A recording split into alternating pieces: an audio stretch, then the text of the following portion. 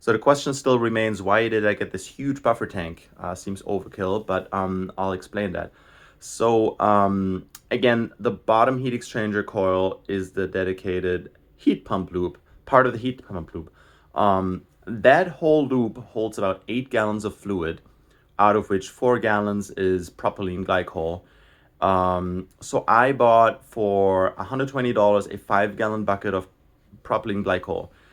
Now, if my entire system, everything in the buffer tank and everything going into my radiant floor and then later on to my hydronic radiator panels in each bedroom, which these lines are for that are not hooked up yet in my manifold, if everything was running on glycol, I'd be spending a fortune on glycol every 5 years because about every 5 years you're supposed to replace the glycol because it breaks down.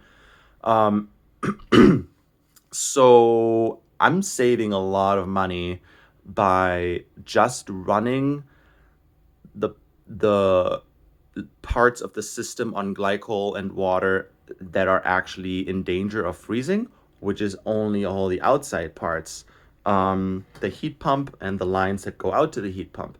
So that has to be freeze protected. Obviously, if there's a power outage and no water is being circulated through through the heat pump unit outside, water would just be sitting there. The pipes would freeze, burst, and break all kinds of stuff. So that has to be freeze protected. Everything inside the house, which is my second closed loop, that I don't care. That can be purely water. I mean, the house will never see below freezing temperatures. If it, like I would have to have a power outage for weeks and weeks, and at that point I have my backup heater. So I'm saving costs on glycol. Secondly, this tank is basically a huge thermal battery. 130 gallons of hot water sitting in here. That's a lot of BTUs stored inside this tank. So what I am able to do is I can shut off the heat pump in the evening when the temperature drops in the winter. I'll shut off the heat pump loop.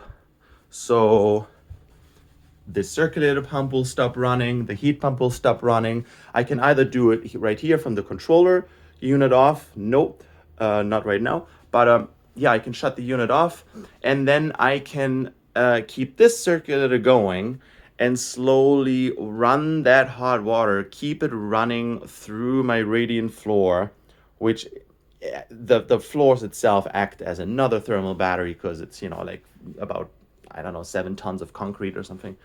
Um, so that way, I only run the heat pump during the day when the temperatures are warmer, which means I get a much higher COP, coefficient of performance. So the heat pump is running more efficiently. I'm using less electricity, and I still keep the house pretty much at the same temperature within like 3 or 4 degrees. And then in the morning when I wake up, I turn the heat pump back on, and that tank heats back up and keeps circulating water round and round. Um, it also is a little bit of a safety buffer in case of a power outage. So if there was a power outage, and I can't run the heat pump at all, I still have that water saved in here. So I can stretch out, I can bridge that power outage with just that water inside the tank, and don't have to run my backup heater if it's only a power outage for like 10 hours, which is most of the time. Yep.